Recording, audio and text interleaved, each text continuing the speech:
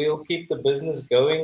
And BG, I believe you wanted to briefly touch on a few other fights, so I'll hand it over to you now. Okay, cool. So I wanted to touch base on the Edmund Shabazian versus Dylan Buchka fight, but not necessarily for to kind of give in depth about these two fighters because both these guys are coming off a loss. Mainly, I'm saying talking about the fight because I feel like its placement on the card is a bit unfair to all the other fighters on the card because there are some other fights on the card that has some really high profiles. It for me is deserved of being a little bit higher up the card. So this fight, um, just to give a prediction, I think Edmund's going to win, but it doesn't really matter. What I really want to draw your attention to is the opening fight on the fight card. That's the very first fight of the night between Julia Avila versus Jacqueline Cavalcante. Because both these fighters are ranked. Both of them are actually quite entertaining to watch.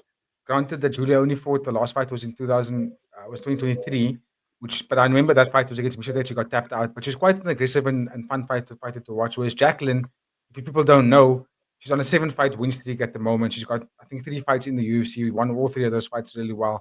Powerful puncher, very good kickboxer, really good striker, entertaining fighter to watch. So I think why I'm drawing my attention to that one is because there's some good implications for the division on this fight. And if you guys go and watch there are some reels that we posted. I was talking about the women's divisions in the UFC and why we should actually have more fighters, more women fighters on the fight card instead of just 1 or 2 women fights. And this one's a high-profile fight, so it should have actually been higher up on the card for me personally, and that's why I just want to touch base on that one. A good fight to look out for is this fight.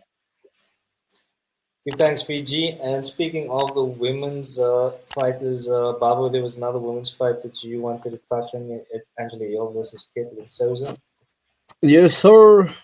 Angela Hill, veteran of the UFC. Beast, like you know her name. Caitlin Souza, the young up-and-comer. Caitlin Souza looks like a force so far, but she is a bit of a Angela Hill to a game where like they win a couple, they lose, they win a couple, they lose. So far Caitlin Souza riding a 2-fight win streak can make it the 3rd, and then we are like we just saw in this past weekend, like the women's division is a bit shallow.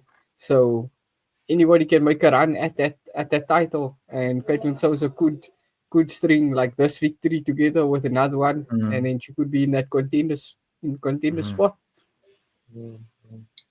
All right, give thanks, Babu, and give thanks to the boys, and give thanks to our subscribers. If you haven't made it this far, please don't forget to like the video, share the video, and if you haven't done so yet, please subscribe to the channel. We're on the way to 1,000 subscribers, and we'd be really grateful if you could help us make that happen. But ladies and gentlemen, from myself, PG, BB, boys, any final thoughts before we wrap up? No, just looking forward to these fights, bro. It's not that bad of a card. There are some fights in there that's quite enjoyable to watch. It will look to be quite enjoyable to watch. So yeah, let's give it a chance. There we go. Give it a chance, Babu. Any final thoughts? Weird fucking card, bro. Both main event and co-main event, you have ranked fighters as underdogs. So now it looks like that parlay episode is something to look out for.